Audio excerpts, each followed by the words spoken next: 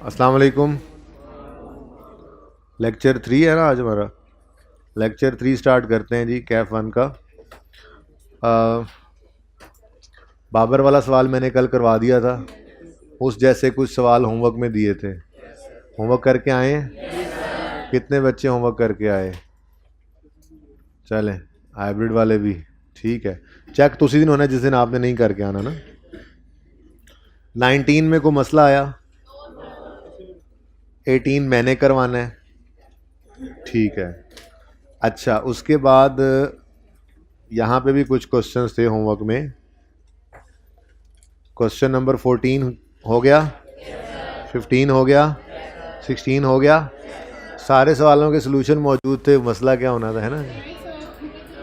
Solution को बिल्कुल ऐसे ही अपने ऊपर आपने जो है वो हराम रखना है, जैसे कोई भी और चीज़ अल्लाह ने हराम की हुई हो। सलूशन जो है वो नहीं देखना आपने जब तक पूरा सवाल खुद से कर ना लें। आवाज़ नहीं आनी चाहिए, बोले कोई बच्चा नहीं आपस में, प्लीज़।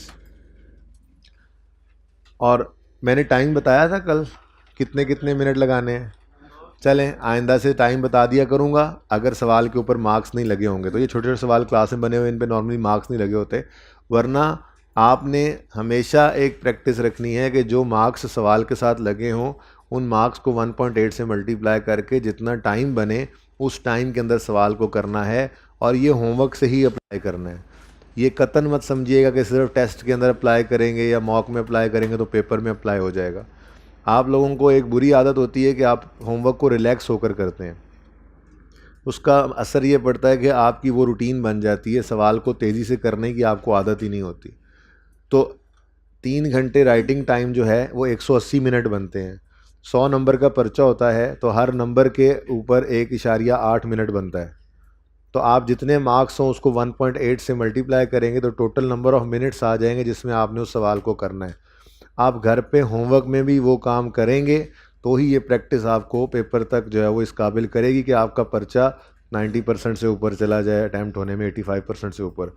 वरना फिर एक जमे गफ़ीर आता है पर्चे के बाद जो ये कहता है सर पेपर अटैम्प्ट नहीं हुआ, 70% अटैम्प्ट हुआ, 75 मार्क्स का अटैम्प्ट हुआ, टाइम ही ख़त्म हो गया, सारा कुछ आता था। पर्चे में फिर कहाँ से स्पीड आ जाएगी अगर आपकी आदत ही नहीं होगी। ठीक है। होमवर्क जो है वो मैं आप लोगों को पूरे सेशन के अंदर मेरी कोशिश होगी कि 1.5 घंटे के अंदर अंदर रहते हुए दूँ। होमवर्क इतना हो कि आपका 1 से 1.5 घंटे के दरमियान हो जाए, सवा घंटे तक।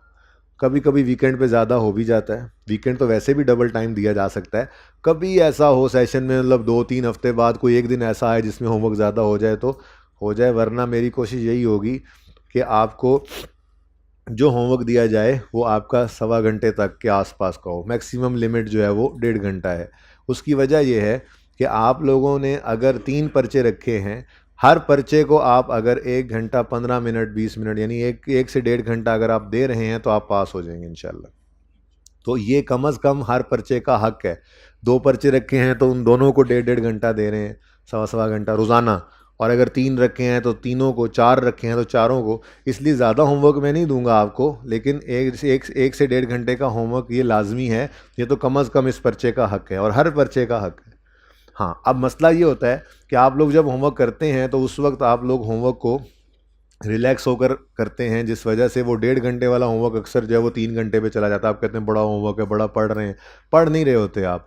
मोबाइल को बंद करके साइड पे रखेंगे और अलग थलग होकर बैठेंगे तो आपको 1.5 घंटे वाला होमवर्क सवा घंटे में होता हुआ नज़र आया करेगा। उसके बाद आपके पास खुला टाइम होगा, आप खेलें कूदें सोएं जो मर्ज़ी करें। लेकिन आप काम करते हुए ये जो गैजेट्स हैं ना आपके, इनसे ज़रा थोड़ा सा दूर रहेंगे तो आपके जो टाइम है आपका वो बचेगा। ठीक है। तो होमवर्क 1 से 1.5 घंटे से ज़्यादा नहीं होगा, प्रोवाइडेड कि आप उस होमवर्क को बिल्कुल अटेंटिवली करें और ये फजूलियात जो है वो साथ रखे बगैर करें, तो मोबाइल वगैरह। ठीक है। चलें जी, अब सबसे पहले हम बात ये कर लेते हैं जो कल मैंने पेंडिंग कर दी थी कि 2 तरह की डेप्रिसिएशन की एंट्रीज़ हमने सीखी, मतलब मैंने बोली थी। पहली एंट्री वो जो हमने आसान वाली सीखी थी कि डेप्रिसिएशन की एंट्री होती है depreciation expense debit asset credit. मैंने कहा था आपको ये एंट्री बिल्कुल ठीक है, ये एंट्री बिल्कुल ठीक है, ये करना भी सीखेंगे, इसके सवाल भी मौजूद हैं, करवाऊंगा भी सही। लेकिन मैंने आपको कहा था कि अकाउंटेंट्स ये कहते हैं कि एसेट के अंदर होने वाली कमी को एसेट अकाउंट में क्रेडिट करने की बजाय एक अलग अकाउंट में रख लो और उसका नाम रख दो एक्यूमुलेटेड डेप्रिसिएशन। एसेट अलग पड़ा रहे, उसके अंदर होने वाली कमी अलग पड़ी रहे। अब एसेट जो है वो डेबिट नेचर की चीज़ है और अगर उसके अंदर कमी है तो वो जाहिर सी बात है क्रेडिट नेचर की चीज़ होगी। तो एसेट डेबिट नेचर की चीज़ अलग पड़ा रहे, एक्यूमुलेशन क्रेडिट नेचर की चीज़ अलग पड़ी रहे, और जब आप फाइनेंशियल स्टेटमेंट्स बनाने लगें तो बैलेंस शीट के अंदर एसेट और एक्यूमुलेशन को नेट करके बुक वैल्यू लिख लें। ठीक है, तो ये ज़्यादा बेटर प्रेजेंटेशन है डेप्शन एक्सपेंस डेबिट एक्यूमुलेटेड डेप्शन क्रेडिट वाली एंट्री जो है, ये ज़्यादा बेटर प्रेजेंटेशन है। तो फिर हम इसी को ही जो है वो सीखना शुरू कर चुके थे कल और इसी को ही हमने प्रैक्टिस किया था। थोड़ी सी बात पहले मैं इसके ऊपर करता हूँ जो आपकी क्लास में पेंडिंग रह गई थी कि हम इसको बेटर प्रेजेंटेशन क्यों कह रहे हैं। तो एक छोटा सा सवाल था जो मैंने कल नहीं करवाया था, ये क्वेश्चन नंबर 17 है। Mister Kasim purchase an asset for ₹90। कल वाले हैंडआउट के अंदर ये सवाल मौजूद है। ठीक है, on 1 January 2010 life is 3 years and year and is 31 दिसंबर। अब सवाल ने कोई मेथड ऑफ डेप्रिसिएशन नहीं बताया, तो कौन सा मेथड यूज करेंगे? Straight line. ठीक है, अच्छा बताया हुआ है तो अच्छी बात है, नहीं बताया होता तो हम स्ट्रेट लाइन ही यूज कर लेते। ठीक है, अच्छा अब लाइफ गिवन है 3 साल, कॉस्ट है 90, रेजुअल वैल्यू मिसिंग है, तो सिंपल सी बात है, कैलकुलेशन की तो कोई खास जरूरत ही नहीं है। हर साल की डेप्रिसिएशन कितनी होगी? 30 रुपये। ठीक है, चलो अब अकाउंट बनाते हैं जिस तरह से हमने सीखा है थोड़ी देर पहले। आप सवाल घर से करके आए होंगे, रात को किया होगा, सुबह उठ के किया होगा, तो वो अकाउंट बना लेते हैं। एसेट खरीदा 1 जनवरी 2010 को, कितने का? 90 रुपये का। एंट्री बोलें, एसेट डेबिट कैश क्रेडिट 1 जनवरी 2010। ठीक हो गया जी। अब इस एसेट की इस साल के एंड पर डेप्शन एक्सपेंस कैलकुलेट की हमने, तो वो कितनी बनी? वो तो सिंपल है ना, 30 रुपये डेप्रिसिएशन है। अब डेप्शन की वो एंट्री साथ साथ नोट ना करें प्लीज़।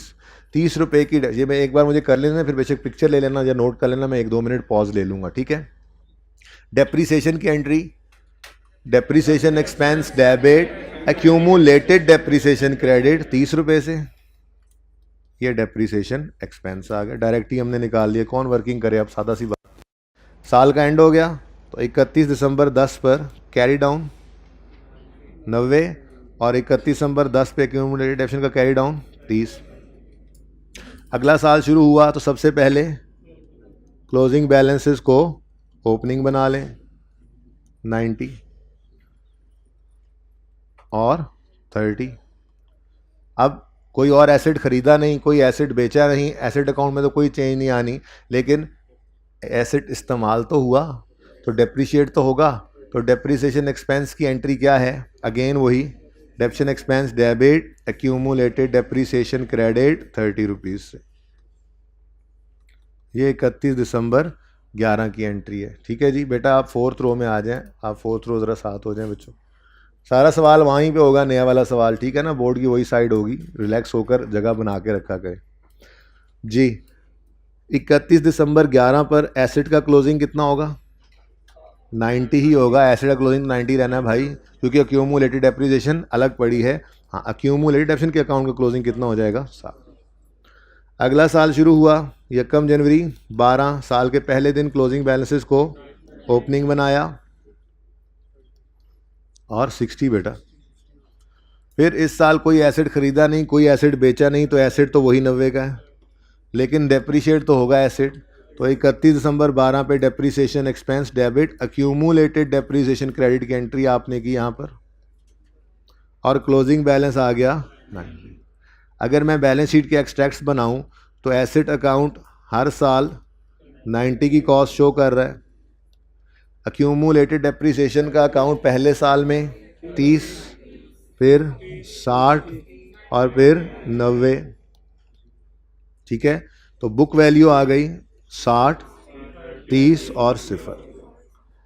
अब ये वाली बैलेंस शीट 12 के अंदर हमें क्या बता रही है कि एक एसेट हमारे पास है, लेकिन वो एसेट पूरा डेप्रीशिएट हो गया है। ऐसा एसेट जिसकी एक्यूमुलेटेड डेप्रिसिएशन बराबर हो जाए कॉस्ट के, या यूं कहें दूसरी बात कि जिसकी बुक वैल्यू 0 हो जाए, उसको हम कहा करते हैं फुल्ली डेप्रिशिएटेड एसेट। क्या कहा करते हैं जी? बस फिलहाल इससे आगे नहीं सोचना इसको कि इसको यूज़ कर सकते हैं, बिल्कुल कर सकेंगे, इसकी अकाउंटिंग जब सीखनी होगी फिर बता दूंगा। फिलहाल सिर्फ आपको इतना बताया कि फुल्ली डेप्रिशिएटेड एसेट क्या होता है। ऐसा एसेट जिसकी कॉस्ट एक्यूमुलेटेड डेप्रिसिएशन के बराबर हो जाए या जिसकी बुक वैल्यू 0 हो जाए। दोनों बातों का मतलब एक ही है, ठीक है ना। अच्छा, बहरहाल ये बैलेंस शीट हमें क्या बता रही है कि हमारे पास एक एसेट पड़ा तो है, लेकिन वो एसेट फुल्ली डेप्रिशिएट हो गया। यहाँ तक कोई मसला? बोलो। अच्छा, अब हम दूसरी अप्रोच पे चलते हैं कि हम एसेट अकाउंट कॉस्ट पे नहीं बनाते। क्या मतलब? अगर आपको कल बताया था ना मैंने, अगर एक्यूमुलेटेड एसेट का अकाउंट अलग नज़र आ रहा होगा तो इसका मतलब क्या है? एसेट अकाउंट किस पे बन रहा है? कॉस्ट पे। उसकी वजह पता है क्या है? उसकी वजह यह है कि हमने एसेट के अंदर होने वाली कमी को एसेट के अकाउंट में क्रेडिट किया ही नहीं। एसेट बढ़ता है डेबिट होकर, और बुक वैल्यू पे आने का मतलब क्या है कि उसमें से डेप्शन माइनस करें, उसको कम करें। तो उस कमी को हमने एसेट अकाउंट में क्रेडिट किया ही नहीं। जब उसको क्रेडिट किया ही नहीं तो एसेट अकाउंट तो हमेशा क्या शो करता रहेगा? कॉस्ट। और एक्यूमुलेटेड डेप्शन, एसेट के अंदर होने वाली कमी अलग से इकट्ठी होती रहेगी कहाँ? एक्यूमुलेटेड डेप्शन के अकाउंट में, ठीक है ना। तो अगर एक्यूमुलेटेड डेप्शन अलग नजर आ रहा है तो इसका मतलब एसेट अकाउंट किस पे बन रहा है? कॉस्ट पे, ठीक है। अच्छा, अब हम दूसरी वाली अप्रोच पे चलते हैं। जो पहली एंट्री मैंने करके काट दी थी, जो कुछ दिन बाद इंशाल्लाह हम करेंगे, उसमें इस तरह का अकाउंट बनेगा। उसमें एसेट खरीदने की एंट्री में कोई चेंज नहीं है। एसेट खरीदने की एंट्री आज भी वही है। एसेट अकाउंट के अंदर डेबिट करोगे, एसेट एंट्री बोलो, एसेट डेबिट कैश क्रेडिट। लेकिन जब ईयर एंड के ऊपर डेप्रिसिएशन कैलकुलेट करेंगे जो कि 30 रुपये है, तो उसकी एंट्री पास करते हुए हमने एंट्री क्या कर दी? Depreciation expense debit, accumulation credit नहीं किया, एसेट ही क्रेडिट कर दिया 30 रुपये से। तो जब इस एंट्री को करेंगे तो एक्यूमुलेटेड डेप्रिसिएशन के अकाउंट का वजूद ही नहीं बना, वजूद ही नहीं हुआ, क्योंकि हमने उसकी एंट्री उधर पास की नहीं। एसेट के अंदर होने वाली कमी को हमने एसेट अकाउंट में ही क्रेडिट कर दिया। और जब ये काम हमने किया तो क्लोजिंग बैलेंस कितना आ रहा है? एसेट अकाउंट क्या शो कर रहा है? बुक वैल्यू शो कर रहा है। अब एसेट अकाउंट कॉस्ट शो, उधर देखो, एसेट अकाउंट क्या शो कर रहा था? हर साल क्या शो कर रहा था? कॉस्ट, क्योंकि एक्यूमुलेशन अलग इकट्ठी हुई पड़ी थी। लेकिन यहाँ पे जब हमने डेप्शन की एंट्री ही इस अकाउंट में कर दी तो एसेट अकाउंट ही क्या शो करने लग गया? Book value. आगे बढ़ते हैं, अगले साल क्लोजिंग को ओपनिंग बनाओ। अब 60 है क्लोजिंग। अब इस साल की डेप्शन की entry, डेप्शन expense debit asset credit 30, तो बुक वैल्यू कितनी हो गई? 30। अगले साल ब्रॉड डाउन 30। इस साल की डेप्शन एक्सपेंस डेबिट एसेट क्रेडिट 30, तो बुक वैल्यू कितनी हो गई? 0। अब इस अप्रोच पे चलने वाली ऑर्गेनाइजेशन जो है उसकी बैलेंस शीट के अंदर एसेट नजर आएगा पहले साल के एंड पे 60, दूसरे साल के एंड पे और तीसरे साल के एंड पे। अब ये वाली अप्रोच पे चलने वाले बंदे की बैलेंस शीट क्या बता रही है? हमारे पास एसेट है ही नहीं।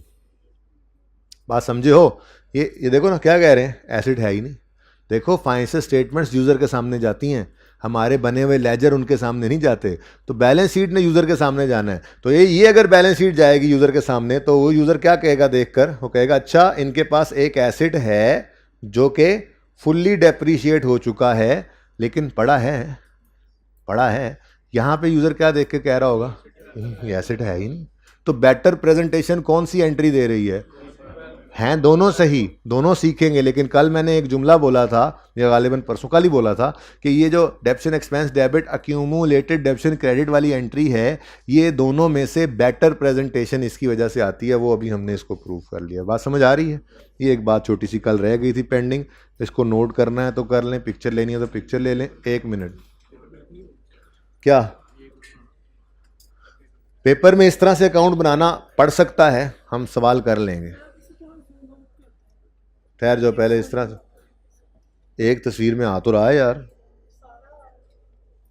हाँ तो सारा एक ही तस्वीर में ले लो ना। अच्छा है,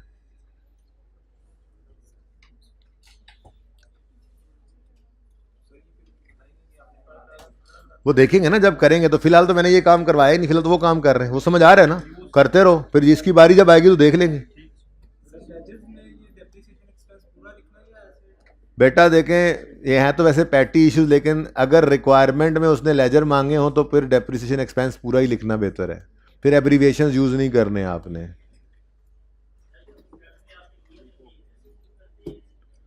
भाई मैंने ये यार, भाई का सवाल है कि एक्सट्रैक्ट्स में ईयर आपने ऐसे क्यों लिखे हैं, तो उसका जवाब ये है कि IS1 हमसे ये रिक्वायर करता है कि मोस्ट रिसेंट ईयर आपने जो है वो हमेशा पहले लिखना है और कंपैरेटिव पिछला ईयर बाद में लिखना होता है।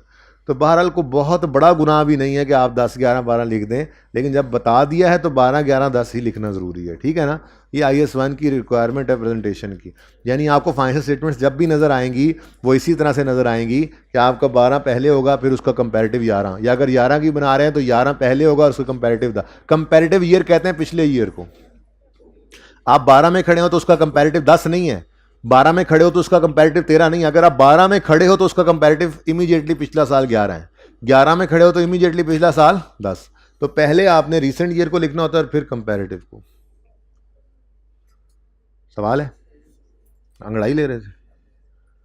अच्छा अच्छा जी, नोट हो गया। चलें जी, अब आज वाला सवाल, जो बाकी तो सोल्यूशन वाले थे ना, एक वो एहसान वाला सवाल था जो सोल्यूशन वाला नहीं था। कितने बच्चों ने वो अटेम्प्ट किया है? ये इस क्लास के अंदर पढ़ाई का रुझान ज़रा कम लग रहा है।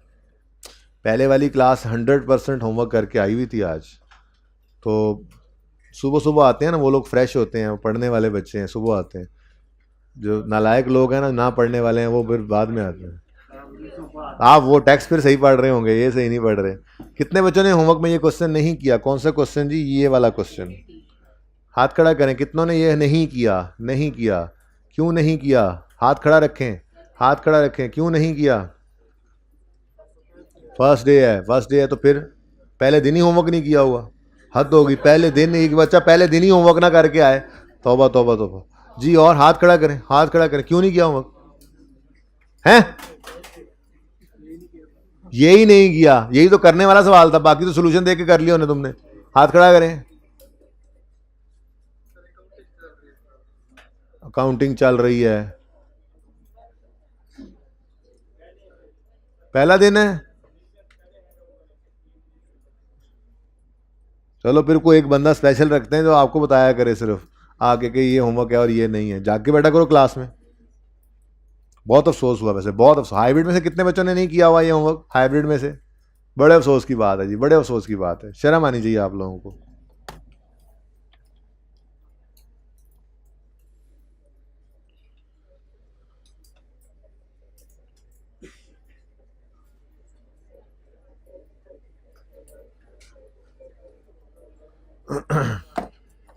चलें जी, शुरू करते हैं सवाल। मिस्टर एहसान हैज प्रोवाइडेड फॉलोइंग इंफॉर्मेशन, बातें नहीं हो प्लीज।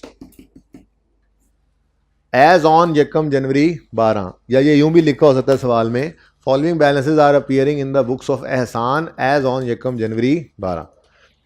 तो ये पहला सवाल आपने देखा जो दरमियान में से शुरू हो रहा है, बिजनेस चल रहा था पहले से, वरना जितने सवाल, पहला बाबर वाला सवाल मैंने करवाया, जो आपने इसके अलावा होमवर्क में सवाल किए, वो सब सवाल भाई साहब जागते जागते सुनना है लेक्चर। वो सब के सब सवाल ऐसे हैं जिनके अंदर आप, बिजनेस स्टार्ट होता था, पहला साल उसका आता था, पहला एसेट वो खरीदता, यानी ओपनिंग बैलेंस नहीं होता था, ठीक है। लेकिन ये पहला सवाल है जिसके अंदर बिजनेस पहले से चला आ रहा है और ये ओपनिंग बैलेंसेस नज़र आ रहे हैं, एसेट अकाउंट भी और अक्यूमुलेटेड डेप्रिसिएशन अकाउंट का भी, ठीक है। तो ओपनिंग बैलेंसेस हैं तो अच्छी बात है, हम ओपनिंग बैलेंसेस लिख लेंगे। थाउजेंड्स में क्वेश्चन मैंने ये सॉल्व किया पिछली क्लास में, तो जाहिर है आपके लिए भी फिर थाउजेंड में सॉल्व करूंगा, ठीक है। तो रुपीज़ इन थाउजेंड्स के अंदर, लेकिन मैं पॉइंट्स के बाद डेसिमल राउंड नहीं करूंगा, ताकि घर पे जिस बच्चे ने फुल अमाउंट के साथ भी सवाल किया है तो वो भी इसको मैच कर सके, ठीक है। तो यकम जनवरी 2012 पे एसेट अकाउंट, आमिर भाई नज़र आ रहा है? ये यहाँ तक नज़र आ रहा है, हाइब्रिड वालों यहाँ तक नज़र आ रहा है ये इस कैमरे में? आमिर भाई को चेक करें ना, नज़र आ रहा है यहाँ तक कैमरे में? पता नहीं, हाथ नहीं खड़ा किया, नज़र आ रहा है? अच्छा ठीक है, ओके जी। ओपनिंग बैलेंस है यकम जनवरी 12 पे, एसेट अकाउंट 900 और अक्यूमुलेटेड डेप्रिसिएशन 350। तो यकम जनवरी 2012 पर ब्रॉड डाउन 900 एसेट अकाउंट का, और यकम जनवरी 12 पे ब्रॉड डाउन,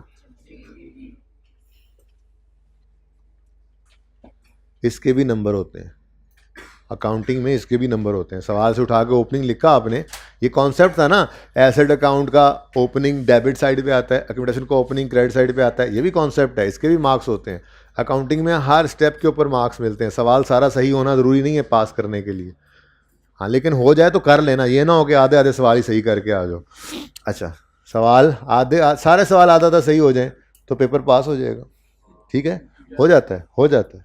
सारा सवाल सही करना ज़रूरी नहीं है। अगर सारा सवाल बिल्कुल सही करना ज़रूरी होता तो फिर यहाँ पे तो हम भी ना खड़े होते।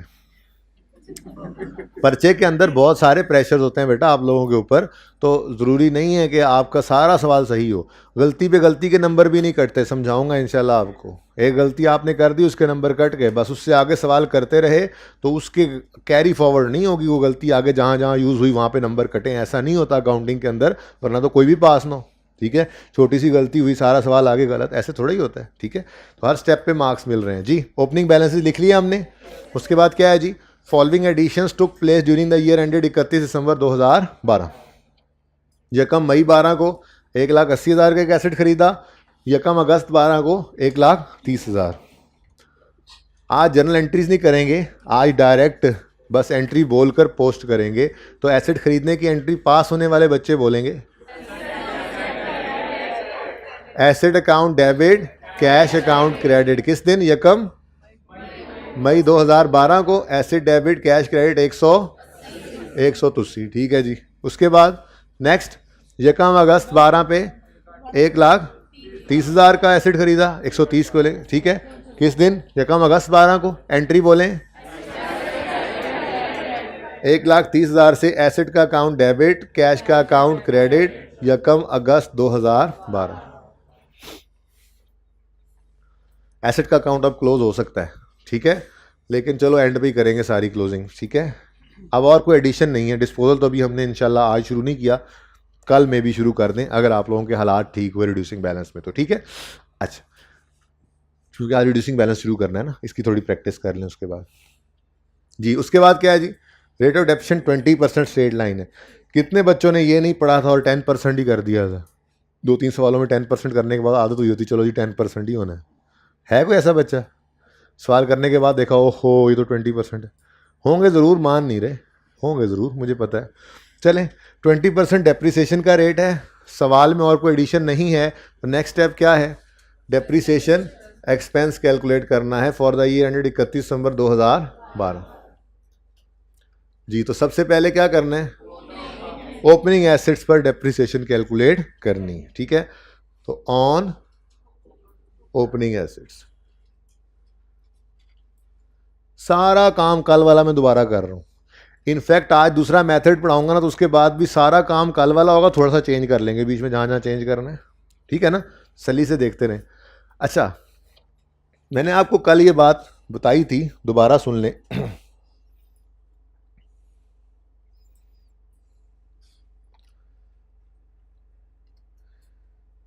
कि स्ट्रेट लाइन मेथड की खसूसियत क्या है कि एसेट की ज़िंदगी का जौन सा मर्जी साल हो, रेट ने कॉस्ट पे लगना है, या डिवाइड करते हैं लाइफ को, एक ही बात होती है ना, ठीक है। तो मैं यूं बोल दूं रेट ने कॉस्ट पे लगना है, ठीक है ना। स्ट्रेट लाइन मेथड हो तो एसेट्स की ज़िंदगी का जौन सा मर्जी साल हो, रेट ने किस पे लगना होता है? कॉस्ट पे। अब ओपनिंग एसेट्स का मतलब क्या होता है? वो एसेट्स जो पिछले साल के एंड तक हमारे पास मौजूद थे, पिछले साल के एंड पे हमारे पास पड़े थे। देखें, ओपनिंग और एडिशन ऑन फर्स्ट डे दोनों में फ़र्क है। अगर आप साल के पहले दिन ही कोई एसेट खरीद लेते हैं ना, मिसाल के तौर पे यहाँ यकम जनवरी 12 पे 900 ओपनिंग था, आगे लिखा होता ये एसेट यकम जनवरी 12 को खरीदा है, तो दोनों में फ़र्क है। क्यों? ओपनिंग की कोई एंट्री नहीं है, लेकिन एडिशन साल के पहले दिन भी होगा तो उसकी जर्नल एंट्री करनी पड़ती है हमें, दोनों में फ़र्क है। बहरहाल मैं क्या कह रहा था, ओपनिंग एसेट्स वो एसेट्स होते हैं जो पिछले साल से हमारे पास चले आ रहे हैं। तो अब ये इनका ओपनिंग एसेट्स का ये सब्सिक्वेंट ईयर है, दूसरा हो सकता है, तीसरा हो सकता है, जो सा मर्जी हो, ठीक है। सब्सिक्वेंट ईयर है ना, साल ज़िंदगी का पहला साल तो नहीं है, बोलो। लेकिन जौन सा मर्जी साल हो, अगर method of depreciation straight line है तो रेट ने किस पे लगना होता है? कॉस्ट पे। रेट ने किस पे लगना है? इसलिए हमें ओपनिंग एसेट्स की क्या चाहिए? कॉस्ट। रेट लगाने के लिए क्या चाहिए? ओपनिंग एसेट्स की कॉस्ट। तो हमने यहां पे कल क्या अंग्रेजी लिखी थी, याद है कुछ? Opening cost of all assets, और उस पर क्या लगा दिया था, रेट, और फ्रैक्शन भी लगा देंगे। एक जुमला लिखवाया था, नेवर अप्लाई फ्रैक्शन हेयर। यहां पर हम सिर्फ उन एसिड्स को लेते हैं जो साल के पहले दिन से, जुमला लिखवाया था, जो साल के पहले दिन से साल के आखिरी दिन तक हमारे पास मौजूद, को भी जरा रिफाइन कर लेते हैं। अब कल मौजूद लिखवाया था, आज मैं लफ्ज बदल रहा हूं थोड़ा सा। क्या, यहां पर हम सिर्फ उन एसिड्स को लेते हैं जो साल के पहले दिन से साल के आखिरी दिन तक हमारे पास इस्तेमाल हों। ठीक है, बहरहाल चलें, छोड़े, कोई बात नहीं, मौजूद भी चलेगा। अच्छा, अब फ्रैक्शन नहीं लगाना, मेथड स्ट्रेट लाइन है, तो ओपनिंग की क्या चाहिए, कॉस्ट। क्या चाहिए, कॉस्ट। और उसको ढूंढने के लिए सवाल की तरफ जाने की बजाय अकाउंट से आके हम यहाँ से ये ओपनिंग, एसेट अकाउंट किस पे बन रहा है, कॉस्ट। कैसे पता चला, अक्यूमुलेशन अलग पड़ा है। इसका मतलब यहाँ पर जो कुछ भी नजर आ रहा है वो कॉस्ट ही है, वो चाहे एडिशन है, चाहे ओपनिंग है, चाहे क्लोजिंग होंगे, क्या नजर आएगी, वो कॉस्ट। अब हमें क्या चाहिए, ओपनिंग कॉस्ट ऑफ ऑल। वो सवाल के अंदर गिवन है कितनी, 900। तो 900 पे हमने रेट ऑफ डेप्रिसिएशन लगा दिया 20%। आंसर क्या आया, 180। सही है। नेक्स्ट, उसके बाद वो जो ओपनिंग में नहीं थे, यानी पिछले साल से नहीं आ रहे थे, जो इस साल खरीदे हैं, यानी एडिशंस जो हुए हैं, अब उनके ऊपर डेप्रिसिएशन कैलकुलेट करनी है। ठीक है, तो ऑन एडिशंस, दो हैं एडिशंस। पहला एडिशन 180, रेजल वैल्यू गिवन है, स्ट्रेट लाइन मेथड है, गिवन होती तो माइनस करते, लेकिन अब मैंने कहा था कल आपको कि बस एक बार लिख रहा हूं, अब मैं -0 नहीं लिखा करूंगा। ये याद रखना अब आपका काम है टेस्ट तक, कि अगर स्ट्रेट लाइन मेथड और रेजल वैल्यू आ जाए तो जहां जहां डेप्शन कैलकुलेट करनी है वहां वहां कॉस्ट मैसेज से माइनस करना है। ठीक है ना, नहीं गिवन तो मैं टाइम ज़ाया नहीं करूंगा पर्चे के अंदर बैठ के। ठीक है, बस कॉस्ट इंटू 20%, फ्रैक्शन लगेगा, बिल्कुल लगेगा। ये किस दिन आया है, यकम मई को। जनवरी फरवरी मार्च अप्रैल में ये नहीं था, 4 महीने नहीं था, 8 महीने रहा हमारे पास। ठीक है, इंटू 8/12, 24। और दूसरा एडिशन कितना है जी, 130 इंटू 20% इंटू किस दिन आया है, यकम अगस्त को। अगस्त, सितंबर, अक्टूबर, नवंबर और दिसंबर, 5/12। अच्छा, 11 ना करो, क्योंकि कुछ बच्चों ने ना 1000 में नहीं सवाल किया होगा। मैंने पहले उनसे ये बात की थी कि मैं राउंड नहीं करूंगा, तो बिल्कुल एग्जैक्ट पूरी फिगर लिखवाओ। 83, 1000 में किया तो 3 फिगर ही लिखी होंगी ना। अब जिन्होंने 1000 में सवाल को राउंड नहीं किया, उनका आंसर यहाँ पे आएगा 10,833। ठीक है, मैंने 10,833 लिख लिया उनके लिए। ओके जी, टोटल बता दें, 214.833। ठीक है जी। ये क्या है, ये क्या है, डेप्शन एक्सपेंस फॉर द ईयर 12 है। इसकी एंट्री क्या करोगे, depreciation expense debit, accumulated depreciation credit. दिमाग में करना है, डेप्शन एक्सपेंस बनाने की जरूरत नहीं है, रिक्वायर्ड नहीं है। ठीक है, तो डेप्शन एक्सपेंस डेबिट और अक्यूमुलेटेड डेप्रीसिएशन 214.833।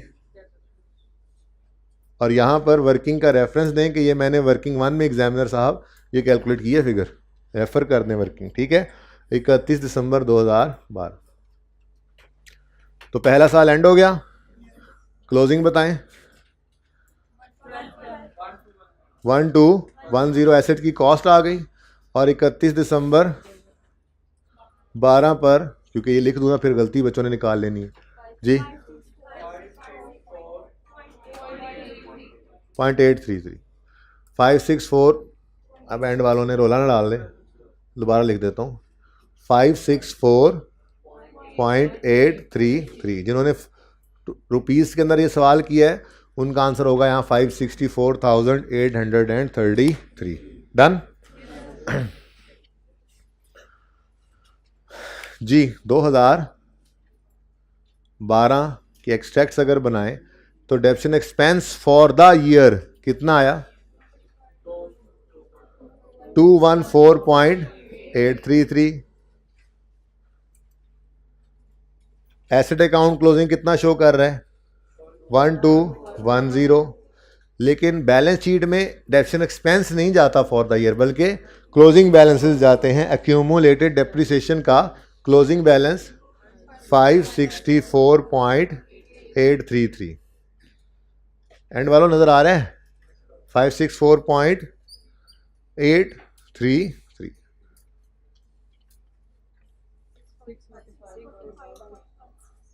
पॉइंट।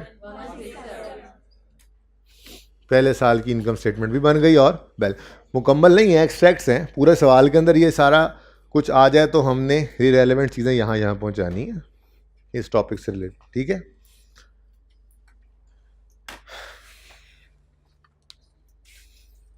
अच्छा जी, रिक्वायरमेंट क्या थी? हाँ, 13 के साल का भी अकाउंट बनाना है। अच्छा, कितने बच्चों का यहाँ तक सवाल बिल्कुल सही नहीं था? कितने बच्चों की गलती हुई बताएं, बता दें। ऐसे नहीं हो सकता कि ना हुई हो जी। क्या गलती हुई थी बेटा? यहाँ मंस गलत हुए? क्या हुआ? गलती शेयर करें, शाबाश, सीखते हैं हम सारे। माइनस क्या माइनस? मंस गलत लिए। अच्छा, ये सारी डिडक्शन को ऐड नहीं किया था। ये बड़ा ध्यान रखना, ये खामखा ये गलती हो रही है बच्चों से, ठीक है ना। पिछली क्लास में भी ये गलती रिपीट हुई है। बच्चे कहते हैं जी हमने ये ऐड नहीं किया। ये सारा ही deduction expense for the year है। ये वो एसेट्स की डिडक्शन है जो पहले से चले आ रहे हैं, ये वो जो हमने इस साल खरीद के इस्तेमाल किए, ठीक है। अभी बेचेंगे तो वो भी ऐड हो जाएगा, डिस्पोजल वाली डिडक्शन भी। और किसकी गलती हुई? और मंथ्स की गलती हुई। ये छोटी मोटी गलतियां इंशाल्लाह ये आज के होमवर्क में कोशिश करेंगे कि हमारी ना आए। किसी ऐसे सवाल में गलती नहीं हुई होगी जिसका सोल्यूशन मौजूद है ना। सोल्यूशन ना देखा करें पहले, ठीक है, पास होने वाले बच्चे, ओके, सवाल करने के बाद। अच्छा जी, अब 13 का साल भी है। ये कितने बच्चों ने पढ़ लिया था? कितनों से ये रह गया था, 13 छोड़ दिया, भूल गए, 13 नहीं किया, 12 पे एंड कर दिया। हैं ऐसे बच्चे भी माशाल्लाह। उस्ताद को पता होता है, मानते 2-4 ही हैं, होते 10, 12, 15 हैं वो वाली गलती वाले, ठीक है। 13 में कोई एडिशन कोई डिस्पोजल नहीं हुआ तो सवाल तो आगे हो ही नहीं सकता। भाई एडिशन डिस्पोजल नहीं है तो क्या हुआ? एसिड तो पड़े हैं, इस्तेमाल तो हुए हैं, डेप्रीशिएट तो हुए हैं, तो ठीक है, माना कि सबसे पहला काम क्या करना है? यकम जनवरी 13 पर क्लोजिंग बैलेंसेस को क्या करना है? ओपनिंग बनाना है। तो 12-10 ओपनिंग बन गया, और यहाँ पर यकम जनवरी 13 पर 564.833 ओपनिंग बन गया। अब कोई एडिशन नहीं है, कोई डिस्पोजल नहीं है, तो एसेट अकाउंट जो ओपनिंग है वही क्लोजिंग बन जाएगा। 31 दिसंबर 13 पर 12,10,000, और जब कोई ओपनिंग वही क्लोजिंग बन गया है तो यहाँ पे भी जो ओपनिंग है वही क्लोजिंग बन जाएगा। क्या हुआ? अच्छा, डेप्रिसिएशन एक्सपेंस कैलकुलेट करना है, चलो कर लेते हैं, कोई मसला नहीं। डेप्रिसिएशन एक्सपेंस की वर्किंग चल रही है, यहाँ लिख देते हैं for the year ended 31 December 2013। Opening assets बिल्कुल हैं, मौजूद हैं, ऑन ओपनिंग एसेट्स। ये ओपनिंग एसेट्स पड़े हैं, सारे के सारे ओपनिंग हैं, एडिशन तो कोई है ही नहीं। अब 12,10,000 पर 20% लगाया आपने, कोई फ्रैक्शन नहीं लगना, सारा साल इस्तेमाल हुए, साल के पहले दिन पे ही हमारे पास मौजूद है, ठीक है ना। कोई एडिशन, कोई डिस्पोजल, तो यही हमारा टोटल है, बस 242। Depreciation expense for the year 2013 आ गया। एंट्री बोलो। एसिड डेबिट किसने बोला? कुछ होश के नेल्स पकड़ो जी। डेप्रीसिएशन एक्सपेंस डेबिट दिमाग में, और एक्यूमुलेटेड डेप्रीसिएशन, ये इतनी सिंपल वर्किंग थी, यहां ब्रैकेट में भी हो सकती थी, बहरहाल हम तरतीब पे चल रहे थे तो वहीं पे कर लिया हमने इसको। 31 दिसंबर 2013 क्लोजिंग क्या आ गया जी?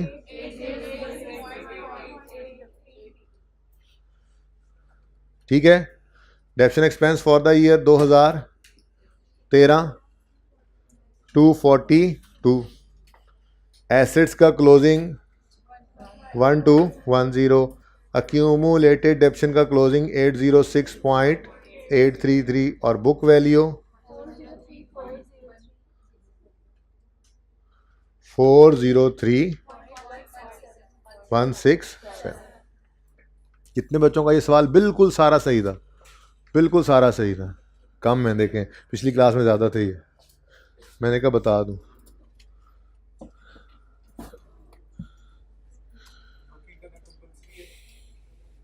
जी कर लें, बेहतर है। देखें ना, मैं नहीं देना है। देखें मेरी बात सुने, इस फिगर के मार्क्स हैं मिसाल के तौर पे 1.5 और इसको यहाँ पर पोस्ट करने के मार्क्स हैं 0.5, तो इन टोटल ये 2 नंबर की एक एडजस्टमेंट है मिसाल के तौर पे। अब इसमें से आपने ये सही कर लिया, ये सही कर लिया, यहाँ पे मंथ्स गलत लिख गए, तो आपको 0.5 मिल गया, ये 0.5 यहाँ कट गया, 1 नंबर मिल गया यहाँ से, ठीक है ना। अब ये 1 नंबर यहाँ से और इसकी पोस्टिंग वहाँ पर, उसका आधा नंबर भी सही मिलेगा, गलती के नंबर यहाँ पे कट गए, ठीक है ना। तो ये गलत फिगर को भी यही सही यहाँ उठाकर लिखने के मार्क्स पूरे मिलेंगे। तो इसलिए वर्किंग करने का फ़ायदा ये होता है कि जो सही किया उसके मार्क्स आपको मिल जाते हैं। और वर्किंग वैसे करनी ही चाहिए, ज़बानी नहीं करना चाहिए, मुश्किल सवालों में ये बड़ा तंग करता है। जहाँ आसानी होगी वहाँ पर मैंने कहा तो है कि ये वर्किंग जो है ये यहाँ पर इस तरह हेडिंग देने के बजाय यहाँ ब्रैकेट में भी कर सकते थे, लेकिन वर्किंग शो करना ज़रूरी है। ये आप नहीं कह सकते कि यहाँ आप 242 डायरेक्ट ही लिख दें, नहीं, चाहे ये ब्रैकेट उठा के एज इट इज़ यहाँ पे लिख दो, ये वर्किंग की हेडिंग ना बनाओ, सब कुछ ना करो, लेकिन ब्रैकेट के अंदर वो वर्किंग शो करना फिर भी ज़रूरी है। बताना है एग्जामिनर को कि साथ वाले से देख के मैंने नहीं लिखा, कैलकुलेट किया ऐसे। जी जो एग्जामिनर्स होते हैं वो कहते हैं कि कुछ लोग कहते हैं कि जो जहाँ पे वैल्यू ना आपको समझ आ रही हो वहाँ पे एज्यूमेशन कर दो, तो कितने का बंदा एज्यूम कर सकता है वैल्यू। अब भाई अब जहाँ पे समझ नहीं लगेगी वहाँ पे अज्यूम कर लेंगे, वैसे ज़रूरत नहीं पड़ेगी। फिलहाल तो इस सवाल के अंदर कोई ज़रूरत नहीं है, अभी तक कोई ऐसा सवाल हमने नहीं किया जिसमें अज्यूम करने की ज़रूरत पड़े, तो चलने दो, फिलहाल आने दो ऐसी कोई सिचुएशन। ले आए जी। हाँ जी, ये सवाल हो गया 18वां भी। 19वां होमवर्क जो था सरासिस वाला सवाल हो गया था, पक्की बात है।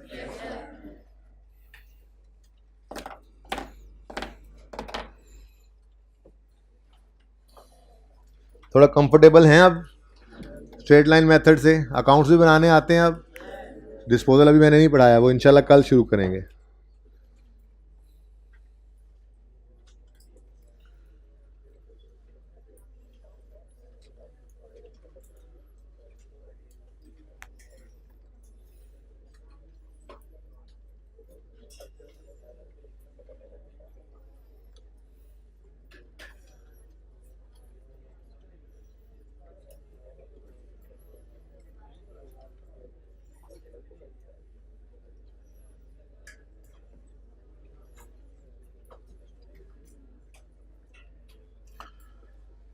अच्छा जी,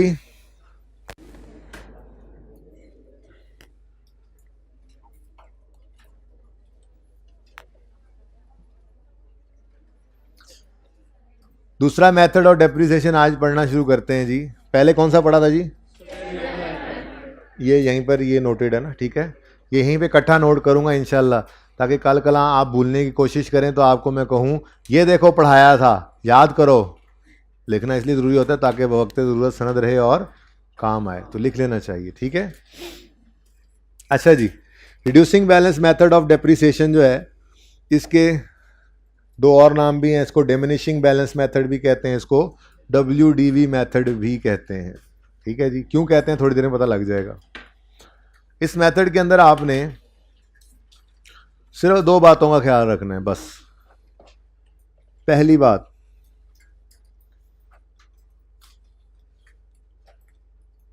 ignore residual value while calculating depreciation expense, while calculating depreciation expense। यानी अगर सवाल के अंदर आपको रेजिडुअल वैल्यू सवाल के अंदर वो दे दे,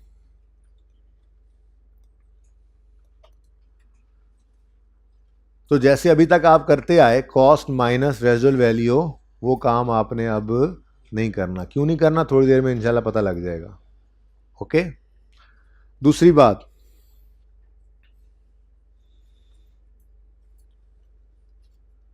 rate of depreciation is applied to the book value of asset.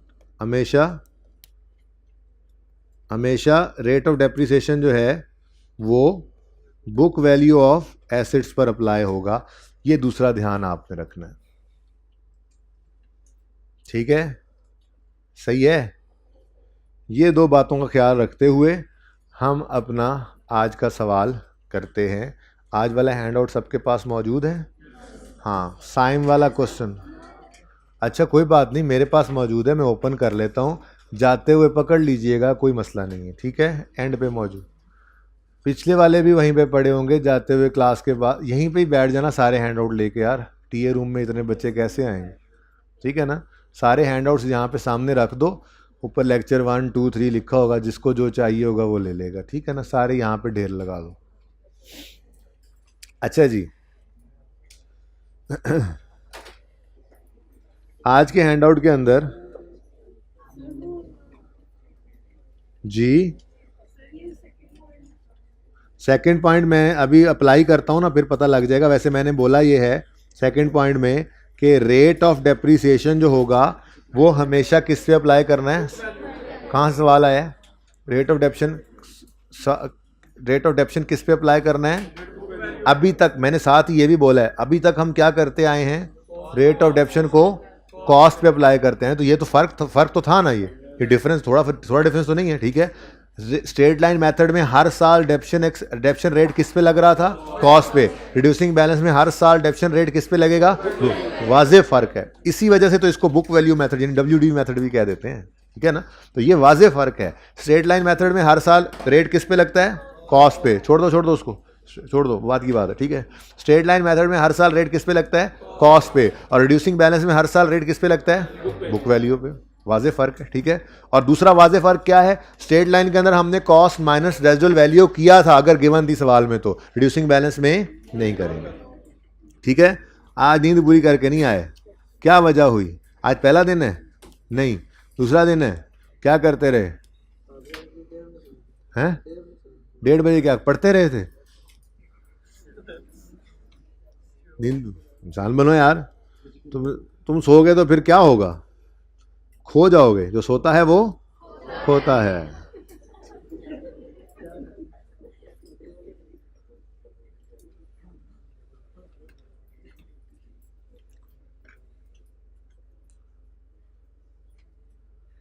मतलब लूज करता है। आप लोग क्या समझ रहे हैं? आप लोग हंसे क्यों हैं? जो सोता है वो खोता है, मतलब वो लूज करता है। आप लोग क्यों हंस रहे हैं? पता नहीं, इसमें कौन सी ऐसी हंसने वाली बात है? वो डंकी है, मतलब आप लोग ये कह रहे हैं? नहीं, ऐसी कोई बात नहीं। अच्छा जी, साइम वाला सवाल सबके सामने नहीं है तो अभी आ जाता है, मैं ये ओपन कर रहा हूं। देखो आगे मैंने आज मैंने क्वेश्चंस के साथ लिख दिया 2 मिनट 5 मिनट, फिर ये 28वां मैंने करवाना है अभी क्लास में, फिर ये 29वां 10 मिनट में करना है, फिर ये अब आपके अंदर इंप्रूवमेंट आ रही है, 30वां 8 मिनट में करेंगे आप, फिर 31वां 5 मिनट में, 32वां 5 मिनट में। ये इंप्रूवमेंट है जो आपने लानी। अच्छा इस टाइम में नहीं होगा, आज पहला दिन है, दूसरा दिन है, कोई बात नहीं, 5 मिनट वाला 10 मिनट में हो जाएगा, लेकिन आना यहाँ तक ज़रूर है। हाँ, ये नहीं कि बस ठीक है हर आज पहला दिन है 5 वाला 8 मिनट में हुआ 10 मिनट में हुआ, चलो रोज़ ही ऐसा करेंगे, नहीं, अपने आप को इम्प्रूव करना है। इंशाल्लाह मैं क्लास के अंदर भी क्वेश्चंस जो है वो बच्चों से सॉल्व करवाया करता हूँ, तो कल से इंशाल्लाह वो प्रैक्टिस भी शुरू करेंगे। आपको टाइम दूंगा 2-4 मिनट 5 मिनट, और फिर खुद मैं आकर देखा भी करता हूँ। आज भी ऐसा हो सकता है, हाइब्रिड में चक्कर लगा था एक मेरा, 2-3 बच्चे पकड़े गए जो कुछ भी नहीं कर रहे थे, उन्हें कहा उस्ताद ने कह रहा आना है, उस्ताद थे आ गया, ठीक है। फिर वो कहने लगे बड़ा उस्ताद है यार तू। अच्छा, mister Saim purchase an asset costing 2 lakh on यकम January 19। The asset has a residual value of 19,850 at the end of its useful life.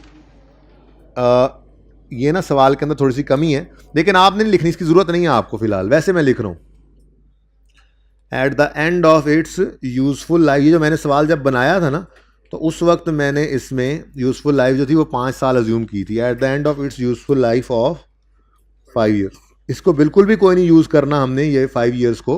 Rate given है डेप्रिसिएशन का।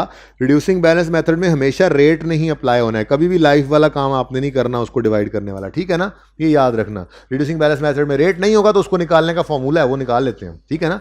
वो 1/5 वाला काम नहीं करना, वो भी देखते हैं, वो थोड़ी देर में देखते हैं। फिलहाल तो मैं सिर्फ ये कह रहा हूँ कि आपको इस लाइफ की कोई ज़रूरत नहीं है। रेट ऑफ डेप्रिसिएशन गिवन है 37%। 2 बातें सिर्फ अभी तक याद रखनी है हमने। रिड्यूसिंग बैलेंस मेथड आ जाए तो रेजुअल वैल्यू चाहे गिवन भी हो सवाल में, कॉस्ट में से उसको माइनस नहीं करना डेप्शन निकालते हुए, और दूसरा रेट ने किस पे लगना है, बुक वैल्यू पे। बस ये 2 बातें याद रखनी, याद रहेंगी। देखते हैं फिर। 2 लाख कॉस्ट है, यकम जनवरी 19 डेट ऑफ परचेज है, रेजुअल वैल्यू 19,850 है, एसेट डेप्रिशिएट होगा under reducing balance method at 37%। Compute depreciation for 19, 20, 21, 22, 23 पूरे 5 साल की उसकी जिंदगी की डेप्रिसिएशन हमने निकालनी है, ठीक है। करें शुरू। तो इब्तिदा है रब्बे जलील के बाबरकत नाम से। 2 लाख की कॉस्ट है डेप्रिसिएशन, और 2 लाख माइनस 19,850 करेंगे नहीं करेंगे। मेथड कौन सा है, रिड्यूसिंग बैलेंस। सवाल के अंदर 19,850 गिवन है कि नहीं गिवन, गिवन है कि नहीं गिवन, रेजुअल वैल्यू गिवन है कि नहीं गिवन। घर पे जो सवाल किए स्ट्रेट लाइन से थे, रेजुअल वैल्यू गिवन थी तो कॉस्ट में से माइनस किया था। लेकिन ये रिड्यूसिंग बैलेंस का सवाल है, इसमें रेजुअल वैल्यू गिवन भी होगी तो क्या करना है, ठीक है। तो 2 लाख, ओहो, लेकिन दूसरी बात भी तो है। एक तो चलो ये हो गया कि हमने रेजुअल वैल्यू को इग्नोर कर दिया वाइल कैलकुलेटिंग डेप्रिसिएशन, लेकिन रेट ऑफ डेप्रिसिएशन तो बुक वैल्यू पे अप्लाई होना है। हमारे पास तो बुक वैल्यू है ही नहीं। ओ अल्लाह के बंदो और बंदियों, पहले साल बुक वैल्यू कॉस्ट ही होती है। यानी यकम जनवरी 19 पर अगर कोई एसेट हमारे पास आया है तो वो किताबों में, बुक्स में कितने पे नजर आएगा, 2 लाख पे ही आएगा। अभी तो उसने वैल्यू लूज की ही नहीं है, ठीक है। तो ये एंड पे जाके फिर जब डेप्रिशिएट करना है तो पहले साल के अंदर, मैंने जानबूझ के वो लाइन लंबी नहीं की ताकि आपको बात याद आसानी से रह जाए। ये पूरी कहानी यूं लिखता ना कि rate of depreciation is applied to cost in first year and to book value, आपको फिर वो घूमते ही रहते। 2 सादा सी बातें याद कर ली हमने। रेजुअल वैल्यू होगी तो क्या करेंगे, इग्नोर, और रेट किस पे लगेगा, बुक वैल्यू पे। अब जब कैलकुलेशन करने आए तो पहले साल में तो अवेलेबल ही क्या है, कॉस्ट, बुक वैल्यू है ही नहीं, तो बफलो क्या हो गई, ब्राउन, मज क्या हो गई, बूरी। इसलिए आपने 2 लाख पर ही मजबूरी के दर्जे में रेट ऑफ डेप्रिसिएशन लगाया 37%। जी बोलें, एग्जैक्ट फिगर बतानी है, 74,000। अब कॉस्ट में से 74,000 की डेप्शन माइनस करो, 120, ये 126,000 बीवी है किस दिन की, 31 दिसंबर 19। इसको हम अकाउंटिंग में यकम जनवरी 20 भी कह सकते हैं, ठीक है ना। अकाउंटिंग में ये इंटरचेंजेबली, मैंने कहा चलो ऐसे ही बता दूं, अकाउंटिंग में ये डेट्स इंटरचेंजेबली यूज होती हैं, ओके। अच्छा, अब अगला साल आया, 31 दिसंबर 2020 की डेप्रिसिएशन हमने निकालनी थी, तो 2 लाख के ऊपर रेट लगाएंगे। यही तो सिखाया था कि रेट ने हमेशा किस पे लगना है, बुक। पहले साल में बुक वैल्यू थी नहीं तो फिर कॉस्ट ही थी, उस पे लगा दिया। अब तो है बुक वैल्यू हमारे पास, 1,26,000 माइनस 19,850 जी, 46,620 जी। बुक वैल्यू बताएं, 79,380। अब तीसरा साल आया, चलो अब तो 1,26,000 पर ही लगेगा ना, बुक वैल्यू 1,26,000, बुक वैल्यू 1,26,000 पे रेट नहीं लगाएंगे। तो ये सारी बातें लिखी नहीं जाती, लिखने के लिए सिर्फ एक ही जुमला था, रेट ने किस पे लगना है, बुक वैल्यू पे। अगली बातें करके देखी जाती हैं कि पहले साल बुक वैल्यू नहीं थी तो कॉस्ट पे लगा दें, और उसके बाद जब बुक वैल्यू आ गई तो उस पे लगाएं, और फिर हर साल की लेटेस्ट बुक वैल्यू पकड़नी है आपने, लेटेस्ट बुक वैल्यू पकड़नी। ये नहीं कि एक बार 1,26 बुक वैल्यू आ गया वो सारी जिंदगी 1,26 पे लगाते हैं, तो वो तो फिर आगे स्ट्रेट लाइन नहीं बन जाएगा, ठीक है ना।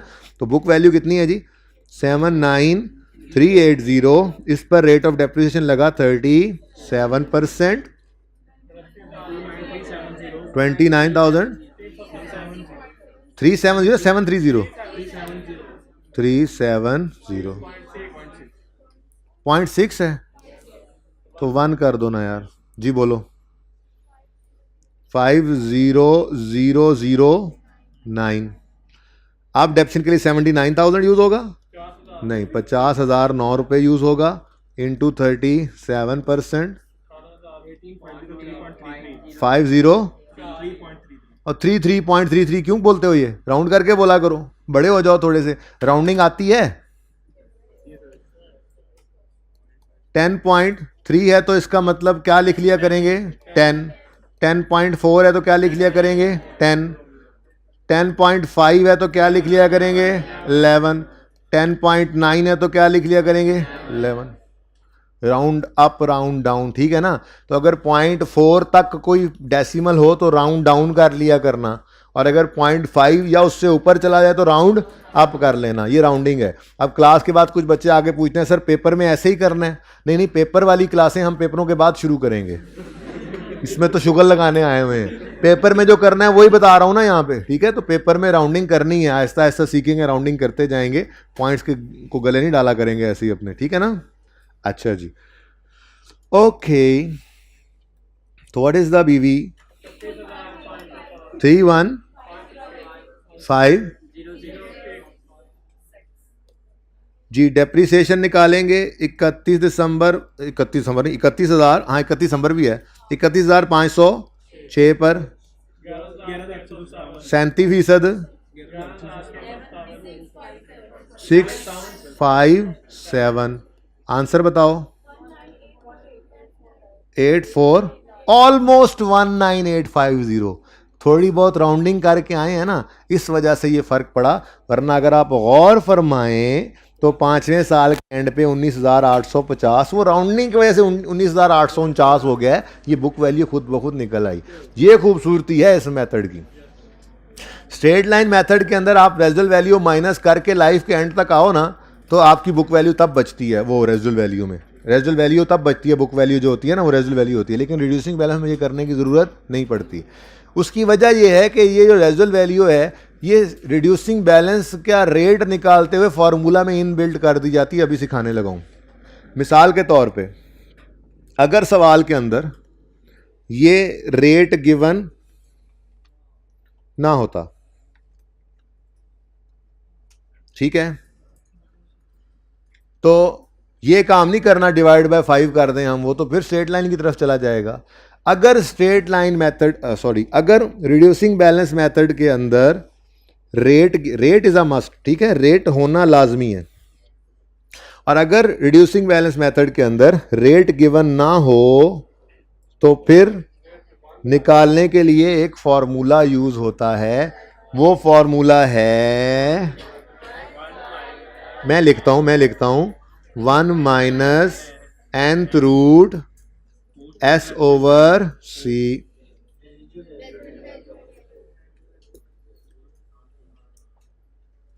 कितने बच्चों की वाकफियत है इस फॉर्मूला से?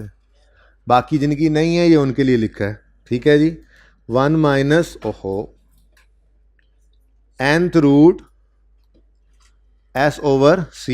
अब क्या क्या है ये? n कहते हैं इसमें यूजफुल लाइफ को,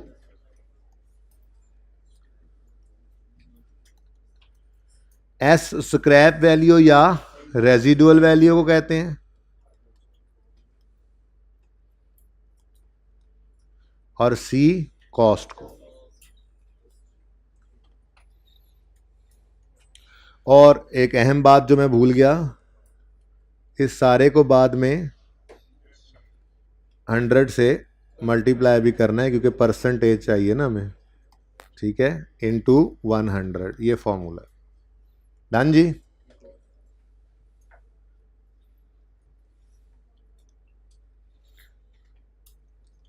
अच्छा, मैं तो ये कह रहा हूँ रेट सवाल में वैसे गिवन था, रेट ना सवाल में गिवन था, लेकिन मैं ये कह रहा हूँ कि रेट लाजमी होना चाहिए। रिड्यूसिंग बैलेंस मेथड में रेट लाजमी होना चाहिए। अगर रेट मिसिंग हो तो यहाँ पर ये नहीं करना 1/5 करके 20% निकाल लें, 20% नहीं निकाल सकते, 20% गलत होगा, वो तो स्ट्रेट लाइन मेथड बन जाएगा। यहाँ पर फिर हमें ये फार्मूला यूज़ करके रेट निकालना पड़ेगा, ठीक है। अब ये फार्मूला अप्लाई करके देखते हैं होता भी है या नहीं। करें?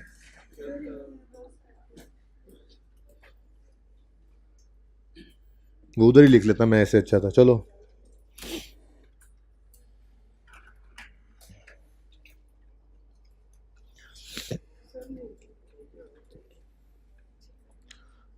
अच्छा जी,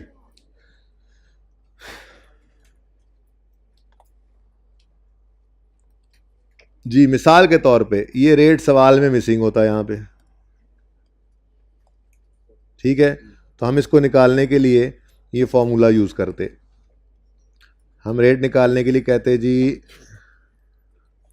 1 माइनस यूज़फुल लाइफ है 5 साल और रेजुअल वैल्यू है 19,850 और कॉस्ट है 2 लाख और इस सारे का जो आंसर आए उसको 100 से करो मल्टीप्लाई, आंसर क्या आता है 36.99 जो कि ऑलमोस्ट 37% होता है। तो ये जब मैंने सवाल बनाया था तो उसके अंदर ये रेट मैंने इस तरह से निकाल के लिखा था, ठीक है ना, ताकि बच्चे को प्रूफ कराना पड़े तो करा सकूं। तो वो लाइफ में लिखना भूल गया था, लाइफ मैंने लिख दी है, लाइफ 5 साल यूज़ की थी, मुझे याद है सवाल के अंदर, ठीक है ना। तो ये अगर सवाल में मिसिंग होता तो ये हम इस तरह से कैलकुलेट कर लेते, लेकिन सवाल के अंदर ये फिगर अवेलेबल थी, ये सारी एक्सरसाइज करने की आपको कोई ज़रूरत नहीं है, ठीक है ना, वो सवाल में अवेलेबल थी। बहरहाल सीखा क्या हमने,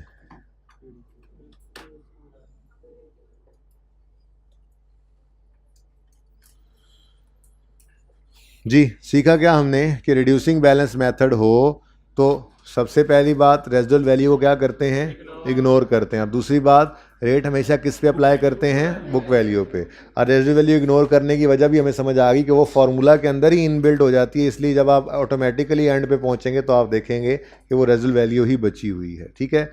ऊपर वाली चीज़ को मैं नोट नहीं करने दूंगा, आपको ज़रूरत नहीं है, आप फ़िलहाल इस सवाल को ही बस नोट कर सकते हैं, कर लें।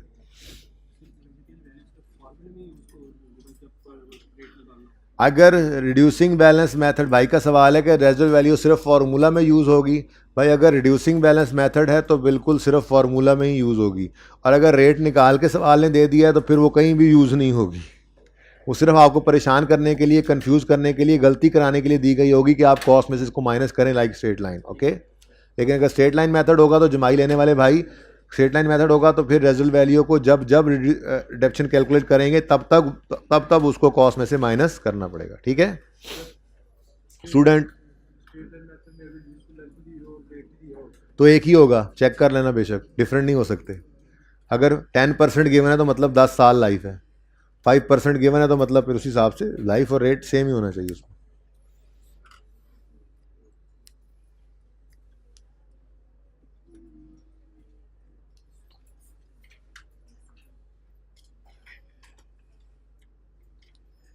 नौ 20 पे क्लास शुरू होती है ना, अभी 2-4 दिन लगेंगे टाइम याद होते होते। 25 पे शुरू होती है। आज कितने पे शुरू हुई थी? 9 यार, 26 पे शुरू हुई, अच्छा 9:25 पे शुरू होती है तो 10:25 और 11:05। मुझे क्यों लगता है कि ये काम में टाइम,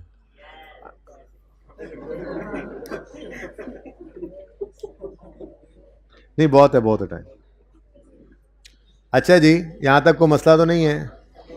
अच्छा आप सुने, ये अगला क्वेश्चन पढ़ें ज़रा। अज्यूम द डाटा, ये सही कर लेना, क्वेश्चन 4 ऊपर लिखा हुआ है वो रोमन सा। Assume the data is same as in question 25 above, 25 कर लें इसको आपने हैंडआउट्स पे। But the asset is purchase on 1 April 19। हाँ जी, इस पूरे सवाल के अंदर सिर्फ पहली डेप्रीसिएशन बदल जाएगी, सिर्फ पहली नहीं बदलेगी।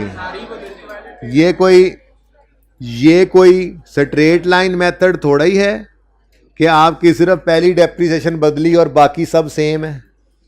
स्ट्रेट लाइन मेथड के अंदर तो ये चलता था काम, लेकिन रिड्यूसिंग बैलेंस मेथड के अंदर अगर आप पहली डेप्रीसिएशन के साथ फ्रैक्शन लगाते हैं 9/12 के, ये 1 अप्रैल को आया है, तो डेप्शन बदल गई तो बुक वैल्यू बदल गई, ये बुक वैल्यू बदली तो अगली डेप्शन बदल गई, अगली बुक वैल्यू बदल गई, अगली डेप्शन बदल गई, सब कुछ ही बदल जाता है सिर्फ एक डेट के बदलने से। ये रिड्यूसिंग बैलेंस मेथड है, इसमें हर साल रेट किस पे लग रहा है, WDV पे, बुक वैल्यू पे, ठीक है ना। तो ये क्वेश्चन आपका होमवर्क में है, इसको आपने 2 मिनट में करना है। क्या बेटा, ये वाला सवाल 26 2 मिनट में, अगर 2 मिनट से ज़्यादा लगे तो फिर अफसोस की बात है।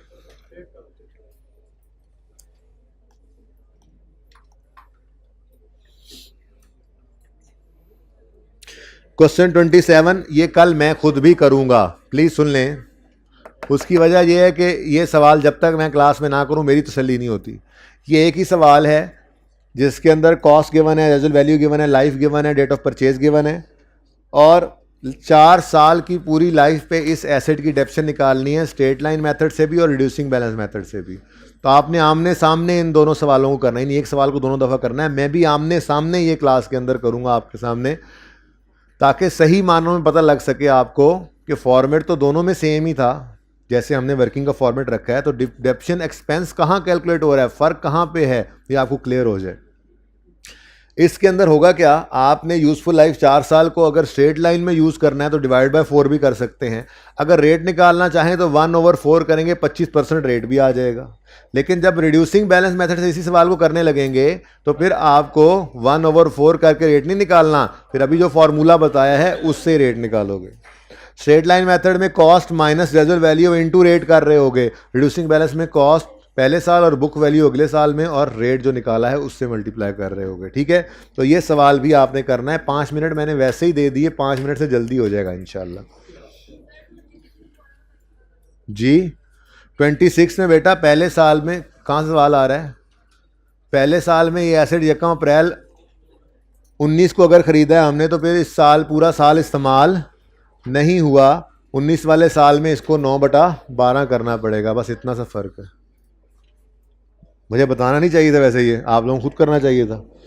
अच्छा जी, ये क्वेश्चन नंबर 28 आप देख रहे हैं, ये सवाल मैं अभी अभी आपको सॉल्व करके दूंगा। साकिब भाई ज़रा मिटा दो मुझे, मैंने क्वेश्चन नंबर 28 करना है, उसी हिसाब से मिटाना, लेजर बचे रहे हैं और दूसरा साल भी उड़ा देना, 1 साल का ही अकाउंट। अच्छा जी छोड़ें, आप उनको, वो कर लेंगे, उनका काम उनको करने दें, आप अपना काम करें। इधर देखें, होमवर्क में क्वेश्चन 29 है, साथ लिखें इसके 10 मिनट में ये करना है। 3 साल के अकाउंट्स बनाने हैं इसलिए मैंने 10 मिनट दे दिए। रिड्यूसिंग बैलेंस मेथड यूज़ हो रहा है, कोई मसला नहीं है, रिड्यूसिंग बैलेंस वाला सवाल ही करवाना है आपको, वो करवाऊंगा तभी आप घर पे जाके करेंगे ना। ठीक है, खूब प्रैक्टिस कर लेनी है। अभी मैंने डिस्पोजल नहीं डाला इसमें, इसीलिए आज तीसरा दिन हो गया, मैं आपको सिर्फ जो है वो सिंपल डेप्शन और वो अकाउंट्स बनाना सिखा रहा हूँ। ये आपकी चीज़ें कंक्रीट हो जाएंगी तो डिस्पोजल ऊपर ऐड कर लेंगे, हर चीज़ फिर साथ साथ ऐड करते चले जाएंगे। तो इसलिए खूब तसल्ली से इसकी प्रैक्टिस करनी है आपने। कल आकर मैं एक आध सवाल आपको क्लास में खुद पहले आपसे करवाऊंगा, फिर वो सॉल्व करूंगा, मुझे तसल्ली हुई स्ट्रेट लाइन और रिड्यूसिंग बैलेंस सही है तो कल डिस्पोजल शुरू कर देंगे, वरना फिर डिस्पोजल भी परसों शुरू करेंगे। तो ये आप लोगों के फीडबैक के ऊपर क्लास की स्पीड हुआ करेगी, ये जहन में रखिएगा। जिस तरह से आप परफॉर्म करेंगे वैसे वैसे स्पीड होगी। नहीं पढ़ के आएंगे तो मैं भी स्लो हो जाऊँगा, फिर बस यही टॉपिक चलेगा, फिर महीना डेढ़ यही टॉपिक चलता रहेगा। ठीक है ना, पढ़ के आते रहना ताकि पढ़ते रहें हम आगे। ओके, लिखें 29वें सवाल के साथ लिखें 10 मिनट, 30वें के साथ लिखें 8 मिनट, क्योंकि ये सिर्फ 1 साल का है। अच्छा चलो, क्या याद करोगे, इसके साथ 12 मिनट लिख लो।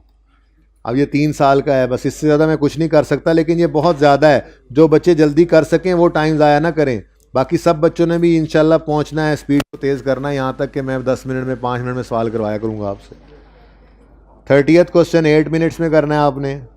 31 और 32 5-5 मिनट में कोशिश करनी है, तब तक थोड़ी 2 सवाल करने के बाद प्रैक्टिस भी हो चुकी होगी। ठीक है, ओके, लिख लिया सबने?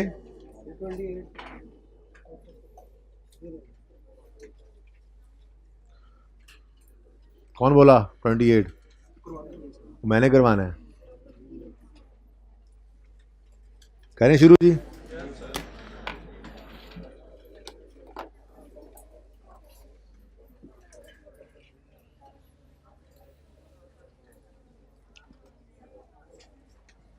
शुरू करें जी, चल। फॉलोइंग बैलेंसेस, ये क्लास बोलती भी बहुत है, खासतौर पे फीमेल स्टूडेंट्स।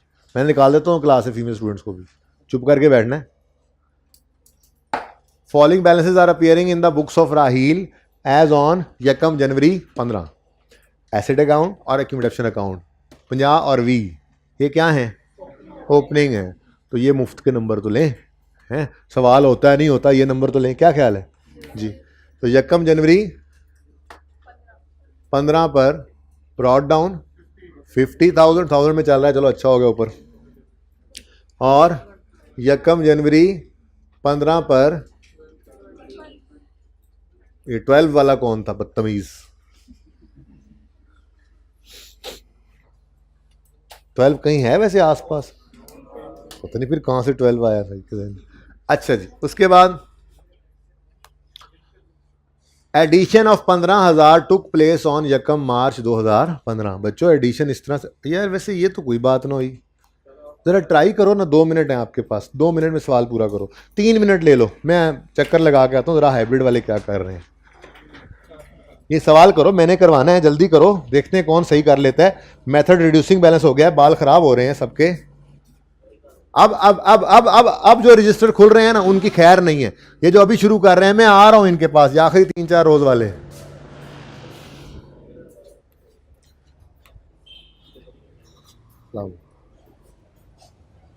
वालेकुम अस्सलाम।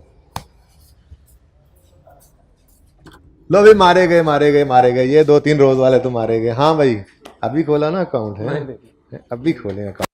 खड़े हो जाओ भाई, खड़े हो जाओ, जिन्होंने बिल्कुल नहीं लिखा था अभी। नहीं, जल्दी करो जल्दी करो, खड़े हो जाओ खड़े हो जाओ खड़े हो जाओ। ये देखो, अभी अभी तुमने लिखा है ये अकाउंट, है ना?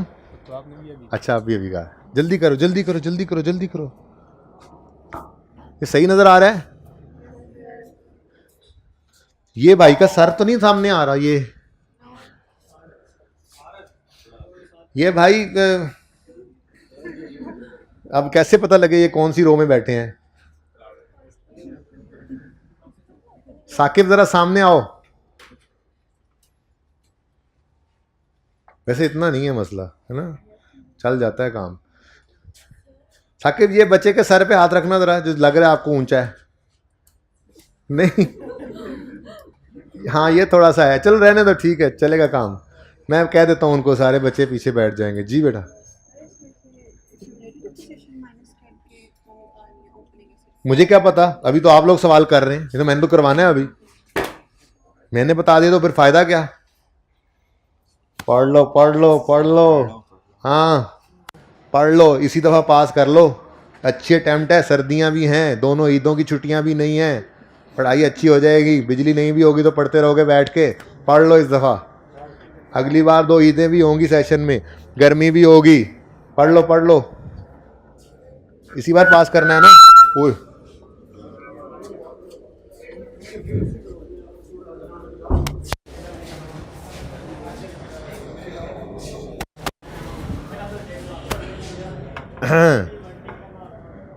What is going on here? इतना बड़ा रजिस्टर बेटा। वालेकुम अस्सलाम, क्या हाल है? कहाँ से आए हो तुम पढ़ने?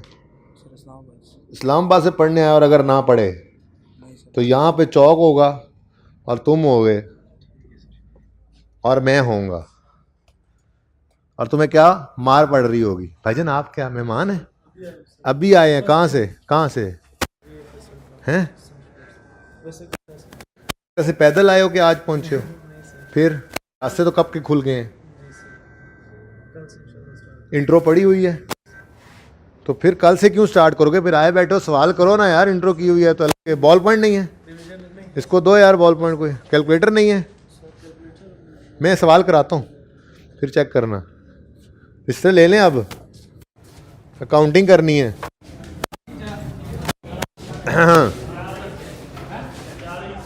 चुप कर जाए यार, चुप कर जाए, मैं क्लास में हूँ, चुप कर जाए। ये आप लोग इतनी जल्दी इधर क्यों आए हुए हो? क्लास किस वक्त है? मैं नहीं लेट हुआ, अभी मेरी क्लास में कितना टाइम रहता है? 11:05 तक मेरी क्लास है, 20 मिनट रहते हैं। पहले ही आगे खड़े हो गए डराने के लिए मुझे। हाँ जी, कितने ऐसे, सॉरी यार, कितने ऐसे बच्चे हैं जिन्होंने सवाल कर लिया है? जल्दी करें, आपको दिया टाइम, जल्दी करें, पूरा कर लें, गलत सलत जैसा भी हो मैं भी सॉल्व करूंगा, फिर देखते हैं।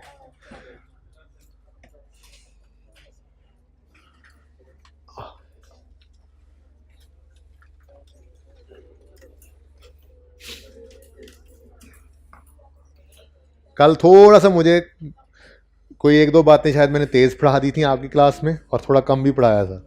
वजह आपको बता दी थी, मैं हॉस्पिटल जाना था, ठीक है ना? तो आज थोड़ी सी कसर निकाल ली, उनको कम पढ़ाया मैंने 20-25 मिनट, तो वो आपके लग गए थे, बराबर हो गया अब। हैं कंफर्टेबल हो ना, मसला तो नहीं है?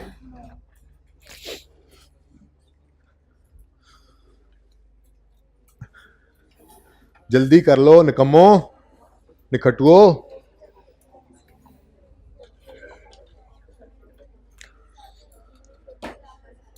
डन।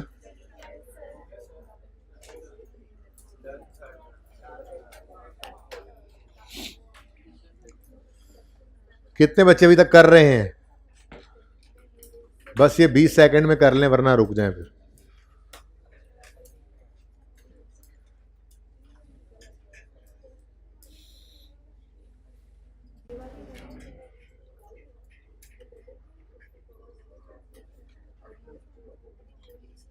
साकिब पहली क्लास 9:05 पे खत्म होती है, 10 पे? 9:10 पे खत्म होती है। बच्चों ने मुझे फ्रॉड लगाया हुआ है, 5 मिनट वहां से वो निकाल लेते हैं, बदतमीज। मुझे लग गई समझ, याद आ गया मुझे। जब भी मैं पूछता हूँ कहते 9:05 पे क्लास खत्म होनी। आपकी कितने बजे खत्म होनी है? 11:05 पे?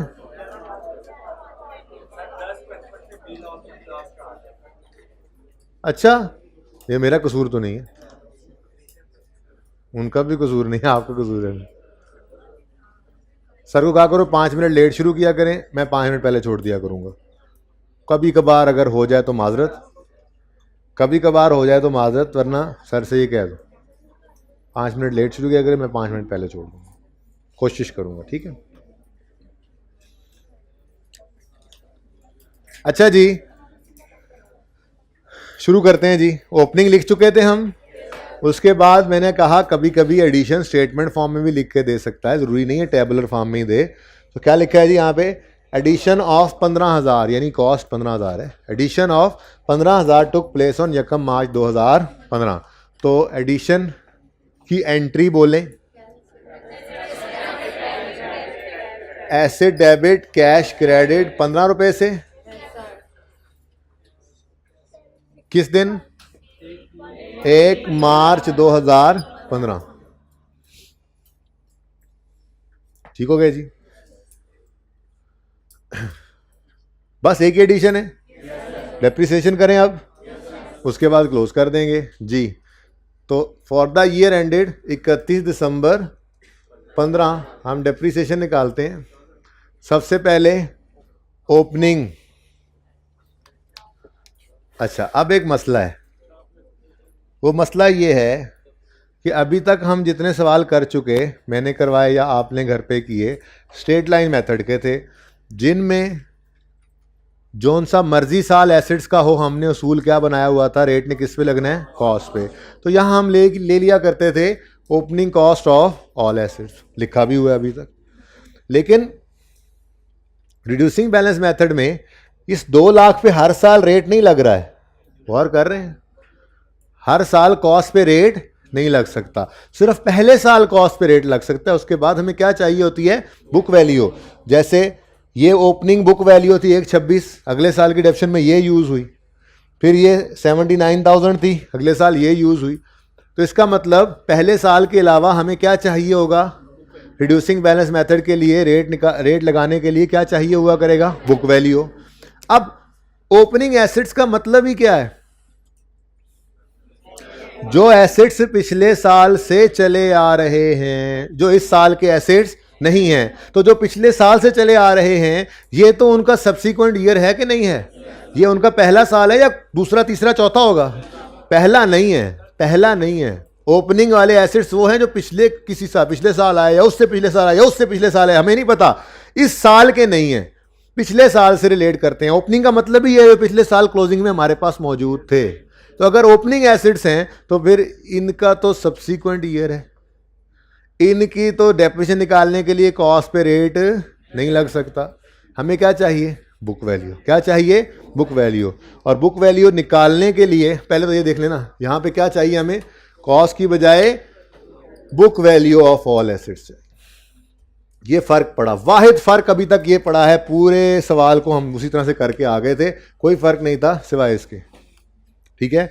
अब बुक वैल्यू निकालने का फॉर्मूला बताया हुआ है आपको। क्या फॉर्मूला है? कॉस्ट माइनस, तो कॉस्ट माइनस एक्यूमुलेटेड। मैंने आपको यह बताया था कि बुक वैल्यू जिस दिन की चाहिए हो, कॉस्ट में से उस दिन तक की डेप्रिसिएशन को माइनस कर देना।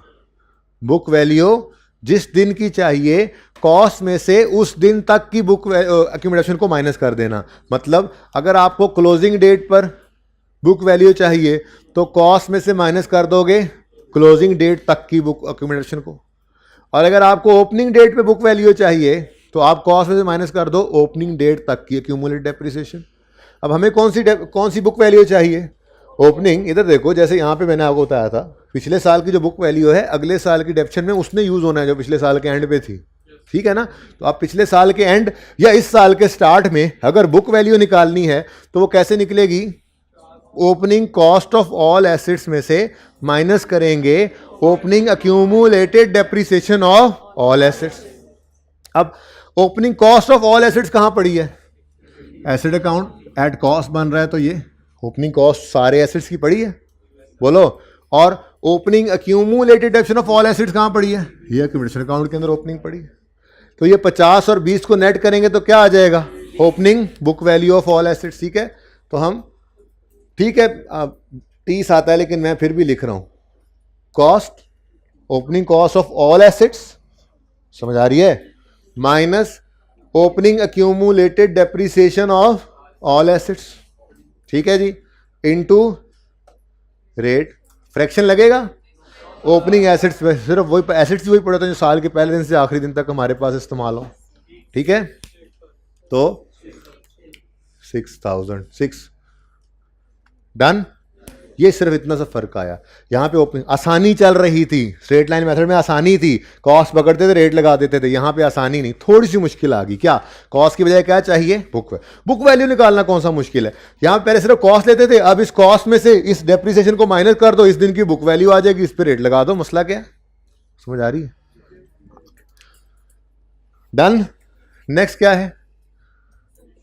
एडिशंस के ऊपर डेप्रिसिएशन लेनी है जी। एडिशन कितने हैं? एक ही एडिशन है, उसकी कॉस्ट कितनी है? लेकिन हमें रिड्यूसिंग बैलेंस मेथड में बुक वैल्यू चाहिए। पहले साल में बुक वैल्यू कॉस्ट ही है, ठीक है ना। छोड़ दो फिर उठाएंगे, ठीक है। तो 15 माइनस रेजुअल वैल्यू करेंगे। अवल तो गिवन नहीं है, गिवन होती भी तो क्या करते? इग्नोर करते। तो ये बार बार चीजें बस रिवाइज करनी है, 1-2 दिन में चीजें याद हो जाएंगी, ठीक है जी। 3 लिख लो, 3 क्यों? पूरा साल इस्तेमाल नहीं हुई, जनवरी फरवरी में तो ये मशीन, ये एसिड था ही नहीं हमारे पास, ठीक है। 10/12 5 8.5 क्या आ गया? Depreciation expense for the year. इसकी entry depreciation expense debit accumulated depreciation. Account बनने में कोई फर्क है ना, डेप्शन एक्सपेंस की एंट्री में कोई फर्क है ना, एसिड खरीदने में कोई फर्क नहीं है सिवाय ओपनिंग डेप्रिसिएशन को। ओपनिंग के वक्त भी और पे भी फर्क है। फर्क क्या है? अगर रिड्यूसिंग, अगर रेजुअल वैल्यू गिवन होती तो इग्नोर करते, स्ट्रेट लाइन करते, बस इतना सा फर्क है। बाकी देखो सारा सवाल वैसा, सब कुछ सेम है, ओके। तो फर्क आपने आइडेंटिफाई करते रहना है, मसला नहीं होगा कभी भी।